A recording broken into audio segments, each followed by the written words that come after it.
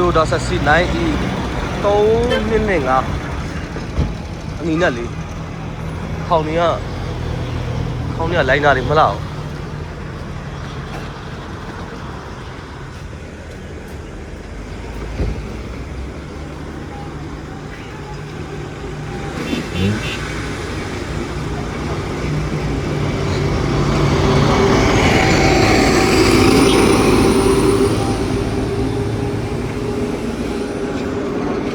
ဒီဘက်ချိတ်ဒီမလား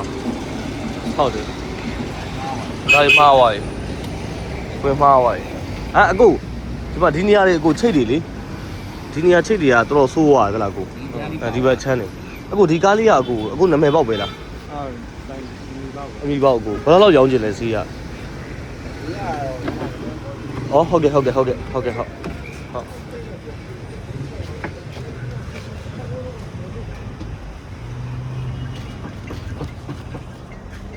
အင်ဂျင်ကောင်းလှလားအင်ဂျင်လှတယ်ဟုတ်လားအင်ဂျင်ကလည်းမလှဘူးဘောလေးဘော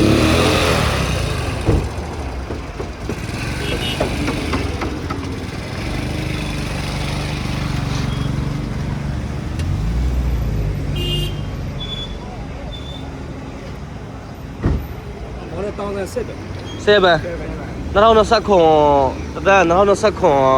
9လပိုင်းအထိတန်းကျန်နေတယ်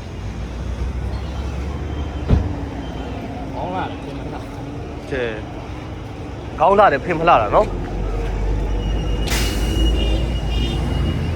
ဆက်လို့ပြရမလား